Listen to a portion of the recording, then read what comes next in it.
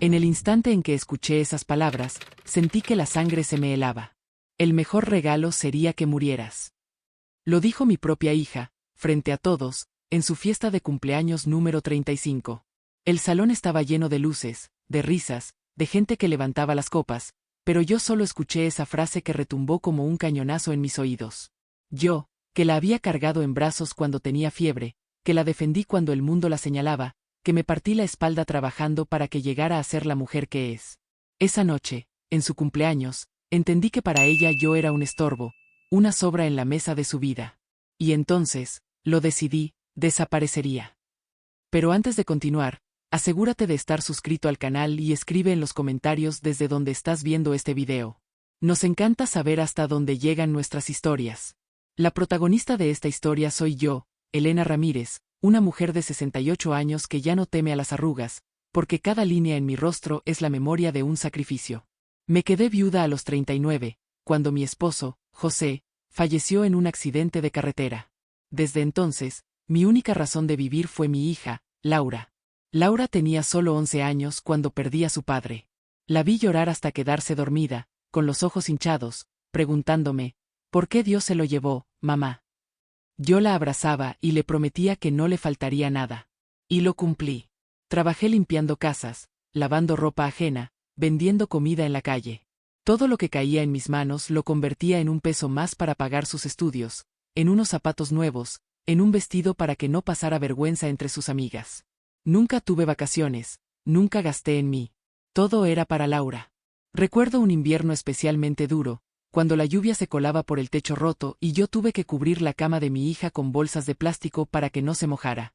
Esa noche dormí sentada, vigilando que ella no pasara frío, aunque yo me empapara hasta los huesos. A la mañana siguiente, Laura fue a la escuela con el uniforme limpio y seco, y yo salí con fiebre a trabajar. Nadie supo mi sacrificio, pero en mi corazón bastaba con verla sonreír. Con el tiempo, Laura creció y se convirtió en una mujer preparada. Estudió administración gracias a becas, pero también gracias a mis desvelos. Cuando se graduó, la vi caminar con toga y birrete, y sentí que todo había valido la pena. Lo logré, José, susurré al cielo, nuestra hija tiene un futuro. Lo que nunca imaginé es que el precio de tanto esfuerzo sería el desprecio. Al principio, cuando Laura comenzó a trabajar en una empresa importante, yo estaba orgullosa. Me hablaba de sus proyectos, de sus planes, de sus amistades. Me invitaba a comer de vez en cuando y yo la escuchaba con emoción. Pero poco a poco, sus visitas se volvieron menos frecuentes. Y cuando venía, ya no era con la sonrisa de antes, sino con un gesto cansado, molesto. Mamá, tienes que entender que ya soy adulta. Lo sé, hija, le respondía yo, pero siempre serás mi niña. No me digas así. Esas palabras, que parecían simples, me dolieron más de lo que imaginaba. Porque eran el inicio de un muro que comenzó a levantarse entre nosotras. Con el tiempo, Laura empezó a verme como una carga. Me pedía dinero aún cuando sabía que mi pensión era poca. Si yo no podía darle, me miraba con desdén. ¿Con todo lo que invertiste en mí, ni siquiera puedes apoyarme ahora? Yo callaba. Porque, aunque dolía, seguía pensando que algún día lo entendería. Hasta que llegó su cumpleaños número 35. La fiesta se celebró en un salón elegante. Había globos dorados, música en vivo y una mesa llena de copas brillantes. Yo me sentía fuera de lugar, con mi vestido sencillo que había cosido yo misma. Pero me sentía orgullosa de estar allí, de acompañar a mi hija. Los invitados hablaban, reían, brindaban. Laura, vestida con un elegante vestido rojo, parecía la reina de la noche. Yo la miraba con orgullo, recordando a la niña de trenzas que me pedía dulces en la esquina. En un momento, alguien gritó: «Que pida un deseo la cumpleañera». Laura levantó la copa, sonrió, y entonces dijo, con voz clara y segura: «El mejor regalo sería que murieras, mamá». El salón estalló en risas nerviosas. Algunos pensaron que era una broma, otros miraron con incomodidad. Yo me quedé helada, con la copa en la mano temblando. Ella me miró fijamente, con una sonrisa torcida, como si disfrutara ver mi reacción. Sentí un nudo en la garganta, pero no dije nada. Solo me senté en silencio, con los ojos clavados en el mantel blanco. El ruido de la fiesta siguió, pero yo ya no escuchaba nada. Esa noche, mientras caminaba de regreso a mi casa, Las palabras de Laura se repetían en mi mente como un martillo. El mejor regalo sería que murieras. Me acosté sin cenar, sin cambiarme de ropa, y con los ojos fijos en el techo oscuro pensé, quizá tenga razón. Quizá mi presencia ya no es un regalo, sino una carga. Y entonces, por primera vez en mi vida, me imaginé desapareciendo.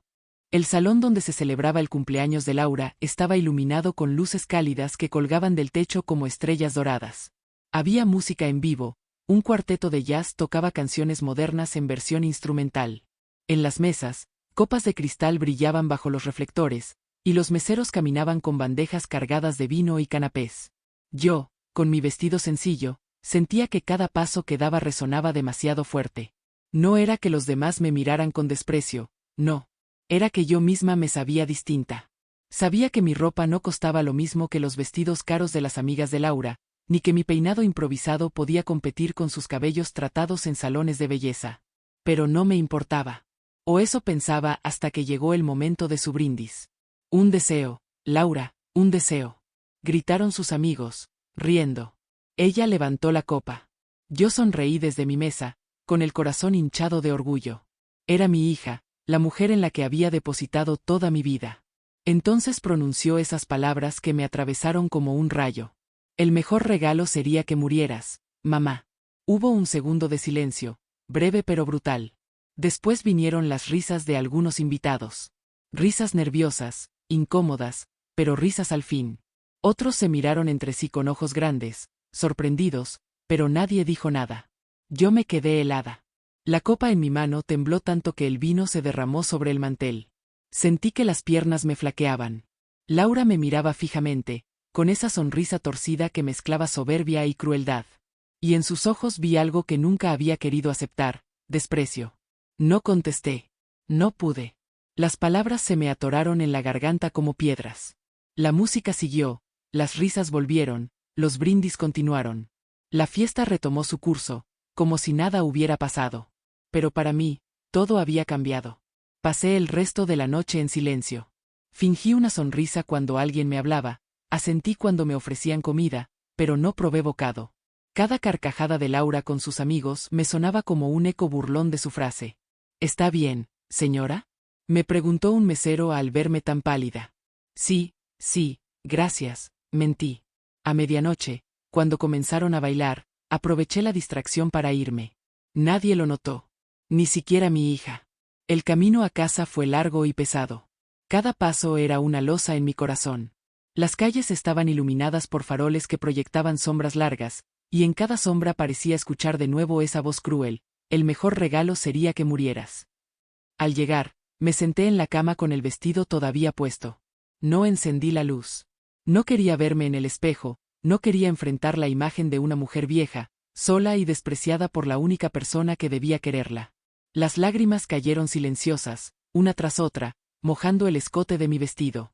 Esa noche no dormí. Recordé la infancia de Laura, los sacrificios, las noches en que yo misma me decía, vale la pena, porque ella me amará para siempre. Y ahora, ese amor no existía. Los días siguientes fueron igual de duros. Laura no me llamó ni me buscó para disculparse.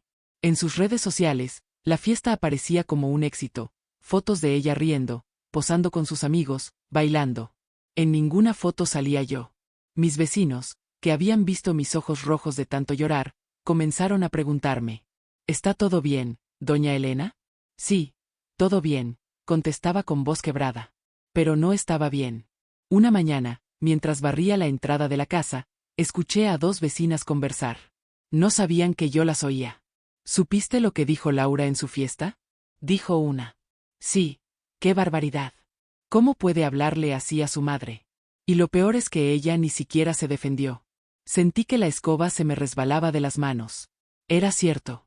Ni siquiera me defendí. Me quedé callada, tragándome las lágrimas, como si no tuviera derecho a responder. Y esa fue la herida más grande, no solo lo que ella dijo, sino mi silencio. Me preguntaba constantemente, ¿qué hice mal? ¿En qué momento pasé de ser la madre que lo daba todo a convertirme en una molestia? Cada rincón de mi casa me recordaba algún sacrificio por ella. El viejo mantel que bordé para su primera comunión, la estufa en la que cociné decenas de pasteles para sus cumpleaños, las paredes que pinté sola para que ella tuviera un cuarto bonito. Todo era Laura. Y ahora, todo me parecía inútil. Pasaron los días y el dolor no se iba. Al contrario, crecía. Me descubrí evitando salir, evitando hablar con la gente. No quería que nadie me preguntara por mi hija. No quería repetir esa historia de humillación. Pero también, en lo más profundo de mí, algo comenzaba a cambiar. Cada vez que escuchaba su frase en mi cabeza, ya no lloraba tanto como el primer día. Al principio eran lágrimas, luego rabia, y después una idea empezó a germinar. Si mi vida ya no significa nada para ella, ¿por qué seguir aquí, donde solo soy motivo de vergüenza? ¿Y si desaparezco? ¿Y si le demuestro lo que es vivir sin mí? Esa semilla fue creciendo, regada por cada silencio de Laura, por cada día sin disculpas, por cada recuerdo de sacrificios ignorados. No tomé la decisión de un día para otro. Fue un proceso lento, doloroso. Cada noche, al acostarme, repasaba posibilidades, irme a otro pueblo, a la casa de una amiga, quizá hasta desaparecer sin dejar rastro. Lo único que tenía claro era esto: no seguiría siendo la burla de mi hija.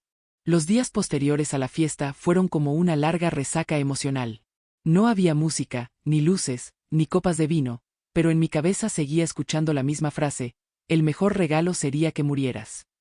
Me despertaba a medianoche con el corazón acelerado, como si alguien me hubiese gritado al oído. Me levantaba, encendía la lámpara de la sala, y me quedaba sentada mirando las fotos enmarcadas de mi hija en la pared.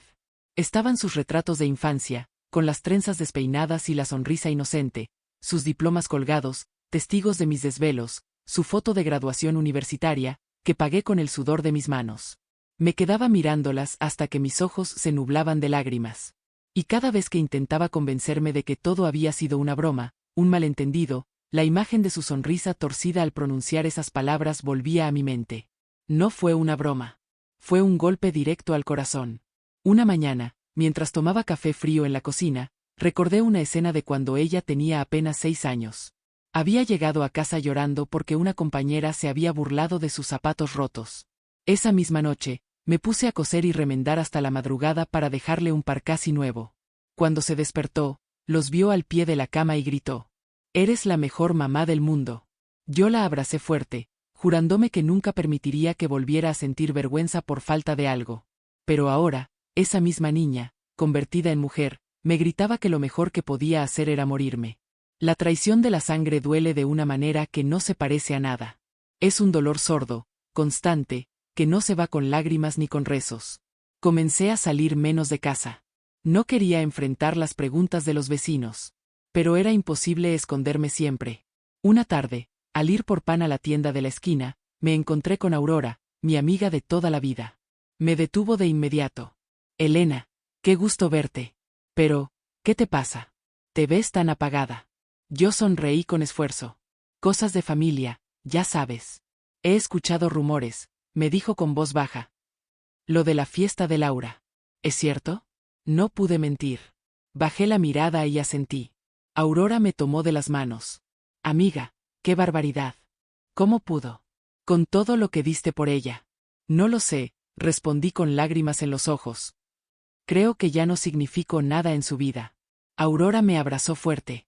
«No digas eso. Significas mucho, aunque ella no lo vea». Sus palabras me consolaron, pero también me dejaron pensando. ¿De qué servía significar mucho si la persona a quien dediqué la vida no lo reconocía? Esa noche, mientras cenaba sola un plato de sopa, las palabras de Aurora resonaban en mi cabeza: «Significas mucho, aunque ella no lo vea». Y entonces pensé, ¿y si no lo ve nunca? ¿Y si muero un día y lo único que recuerde de mí es que la incomodaba? Fue ahí cuando la idea de desaparecer comenzó a tomar forma. No sería una desaparición para siempre, no al principio. Sería un alejamiento, un silencio. Un vacío que la obligara a mirarse en el espejo y darse cuenta de lo que había perdido. Los días siguientes me dediqué a planearlo en silencio. Abrí un cuaderno viejo y empecé a escribir lo que sentía.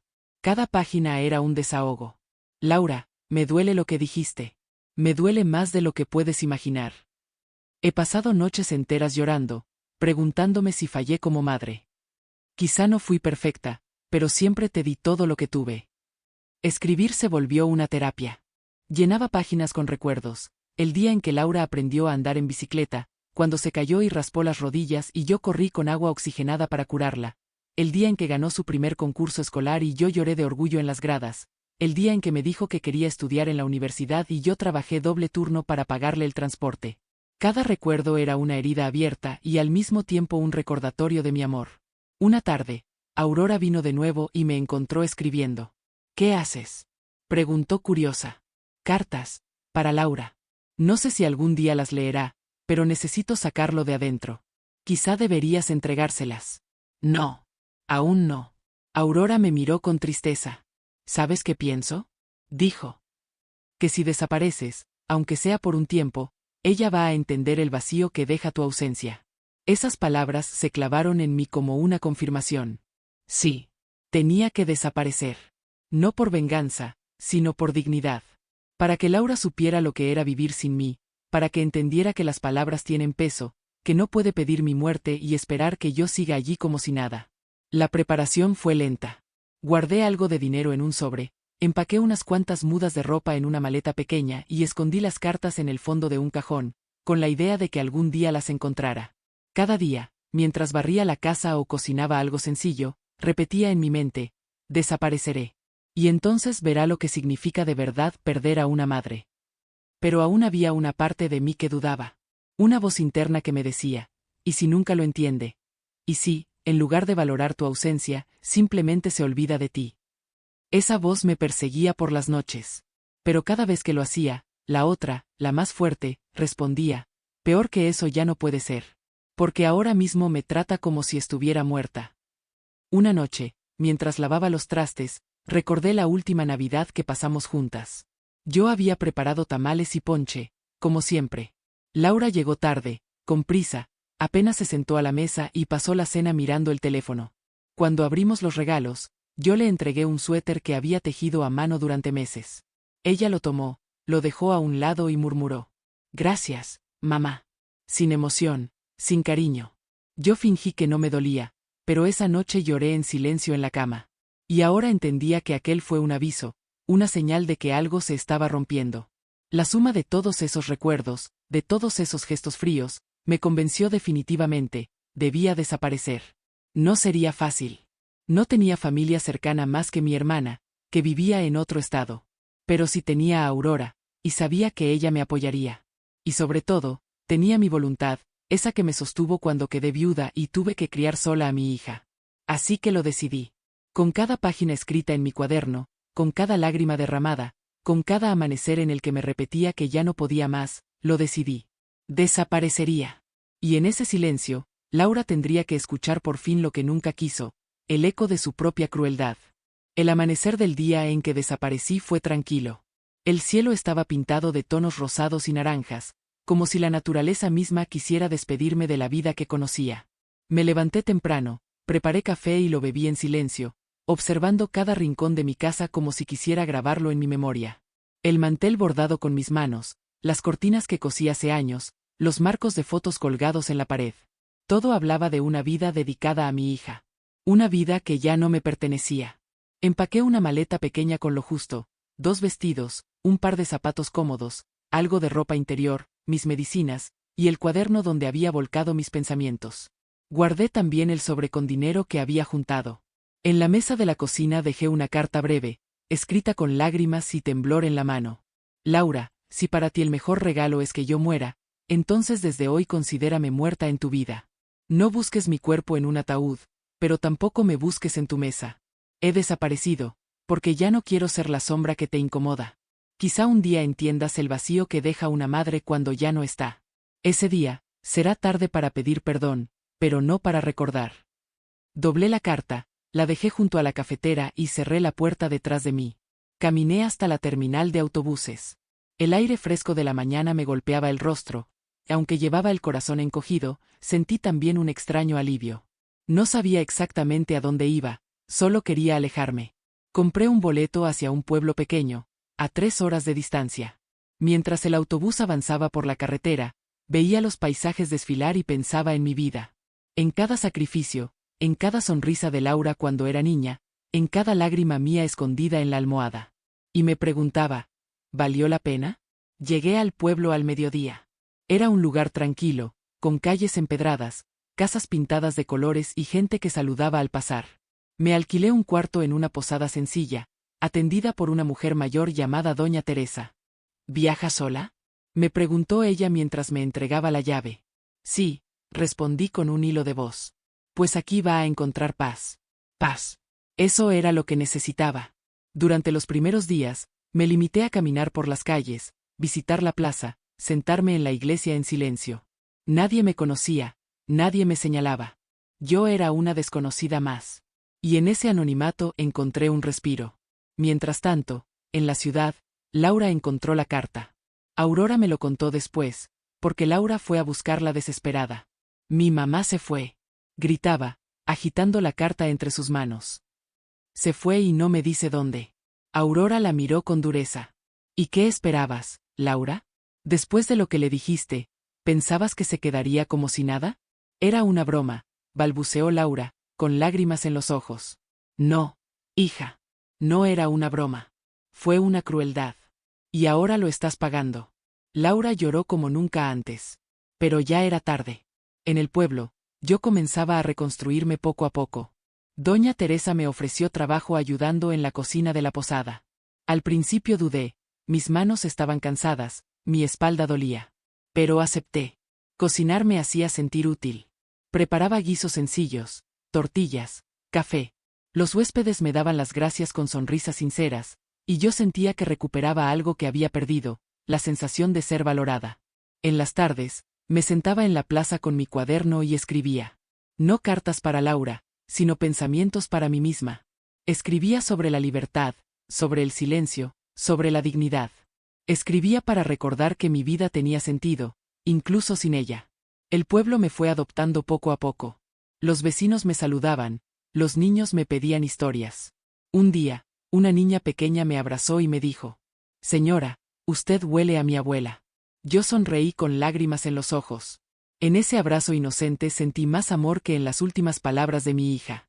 Mientras yo encontraba paz, Laura se sumía en el vacío. Aurora me escribió una carta, contándome lo que sucedía.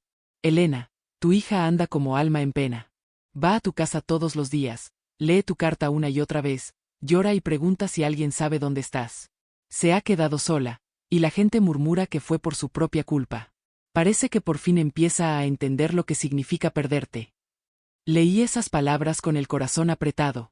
Una parte de mí quería volver corriendo, abrazarla, decirle que todo estaba bien. Pero otra parte, la más fuerte, me recordaba que no podía ceder tan pronto. Si regresaba ahora, nada cambiaría. Tenía que dejar que el vacío trabajara. Tenía que permitir que Laura aprendiera, aunque fuera con dolor, el valor de una madre. Con el paso de los meses, mi vida en el pueblo se volvió más estable. Doña Teresa me trataba como a una hermana. Me integré en un grupo de mujeres que se reunían a bordar y conversar. Allí descubrí que no estaba sola, cada una cargaba con su propia historia de abandono, de desprecio, de lucha. Una de ellas, llamada Carmen, me dijo un día: «¿Sabes cuál es el problema de nosotras las madres? Que creemos que nuestros hijos nos pertenecen. Pero en realidad, nosotros les pertenecemos a ellos hasta que deciden soltarnos, o empujarnos». Sus palabras me hicieron reflexionar. Yo había pertenecido a Laura toda mi vida. Y ella, en lugar de soltarme con amor, me había empujado con crueldad. Pero yo, al desaparecer, había recuperado algo que no sabía que aún tenía: mi libertad. En la ciudad, Laura seguía buscándome. Me lo contaba Aurora en cada carta. Va a la policía, a hospitales, pregunta en terminales. Dice que la gente murmura a sus espaldas, que todos saben lo que dijo en su fiesta. La vergüenza la persigue. Pero yo creo que esa vergüenza es la maestra que necesitaba. Leí esas cartas con sentimientos encontrados. Me dolía imaginarla sufriendo. Pero también sabía que era justo. Porque yo ya había sufrido demasiado. Cada día en el pueblo era un recordatorio de que la vida seguía. Caminaba al amanecer, respiraba el aire fresco, veía a los niños correr. Y en cada paso sentía que me curaba un poco más. Una tarde, mientras ayudaba en la cocina de la posada, Doña Teresa me dijo: «Se nota que carga un peso en el corazón, Elena. Pero también se nota que poco a poco se lo está quitando de encima». «Lo intento», respondí yo. «Pero a veces pienso en mi hija y me pregunto si hice bien en irme. Hiciste lo único que podías hacer, salvarte a ti misma. Sus palabras me dieron paz. Porque al desaparecer, no solo había dejado un vacío en la vida de Laura. También había abierto un espacio en la mía. Un espacio para mí. Y así, entre ollas humeantes, páginas escritas y tardes en la plaza, comencé a reconstruirme. Pero sabía que no podía huir para siempre. Tarde o temprano, llegaría el día en que tendría que enfrentar a Laura. El día en que nuestras miradas se cruzarían de nuevo, y ella tendría que escuchar la verdad de mi boca. Ese día se acercaba. Lo sentía en mi corazón. Pasaron 6 meses desde el día en que desaparecí. 6 meses de silencio, de cartas a escondidas con Aurora, de días tranquilos en el pueblo y de noches en las que aún me dolía el recuerdo de Laura. Yo me había acostumbrado a la vida sencilla en la posada de Doña Teresa. Ayudaba en la cocina, caminaba en las mañanas, bordaba en las tardes con el grupo de mujeres. Comencé incluso a sonreír de nuevo. Pero en el fondo de mi corazón sabía que la historia con mi hija no estaba cerrada. Una tarde, mientras barría la entrada de la posada, vi una figura conocida al final de la calle. El corazón me dio un vuelco. Era Laura. Llevaba el cabello recogido en un moño desordenado, la ropa arrugada, el rostro cansado. No era la mujer altiva del vestido rojo en su fiesta de cumpleaños. Era una hija desesperada. Nuestros ojos se encontraron. Ella se detuvo en seco. Yo sentí un torbellino de emociones, sorpresa, rabia, ternura, miedo. «Mamá», gritó, corriendo hacia mí. Yo solté la escoba y me quedé firme, esperando. Cuando llegó, intentó abrazarme, pero yo levanté la mano y la detuve. «No tan rápido, Laura». Ella se quedó paralizada, con lágrimas en los ojos. «Perdóname, mamá. Por favor, perdóname». Yo la miré fijamente. «¿Por qué ahora?» «Porque te busqué por todas partes», respondió con la voz rota. «Porque la casa está vacía sin ti. Porque cada día escucho mi propia voz repitiendo esas palabras horribles. Porque me siento muerta, aunque sigo viva». Mis ojos se llenaron de lágrimas, pero no bajé la guardia. «¿Y qué esperabas, Laura? ¿Que después de decirme que el mejor regalo era mi muerte yo siguiera ahí, sonriendo, como si nada hubiera pasado?» Ella bajó la cabeza. «No, no pensé. Estaba enojada, tomada. Quise hacerme la graciosa frente a mis amigos. Pero me pasé, mamá. Me pasé y no sabes cómo me arrepiento». Respiré hondo. El aire me quemaba en los pulmones. Las palabras no son globos que se los lleva el viento, hija. Se clavan. Y las tuyas me atravesaron el corazón. Ella lloraba como una niña. «Lo sé, mamá. Y cada día de tu ausencia ha sido un castigo. No imaginé lo que era vivir sin ti. No imaginé que doliera tanto no escucharte, no verte». Me temblaron las manos, pero me mantuve firme. Ese era el único modo de que entendieras. Yo no podía seguir ahí, como un mueble que soporta todo, como una sombra que nadie respeta. Laura cayó de rodillas frente a mí. «Dame una oportunidad, mamá. No quiero vivir sin ti». Me incliné un poco y la miré a los ojos. «Te daré una oportunidad, Laura. Pero escucha bien, nunca más me humillarás. Nunca más me usarás como burla. Soy tu madre, y merezco respeto. Si no puedes darme eso, entonces es mejor que siga sola». Ella sollozó, asintiendo con fuerza. «Sí, mamá. Te lo prometo». En ese momento, Doña Teresa salió de la posada y observó la escena en silencio. Después de un rato, me dijo con voz suave: «Elena, a veces hay que desaparecer para que los demás comprendan lo que realmente valemos». Tenía razón. Los días siguientes fueron un proceso lento. Laura quiso quedarse en el pueblo conmigo, ayudar en la posada, acompañarme en mis caminatas. Ya no era la hija altiva, era una mujer quebrada que buscaba recomponer lo que había destruido. Yo no se lo hice fácil. Le puse límites claros, no acepté gritos, no acepté burlas, no acepté excusas.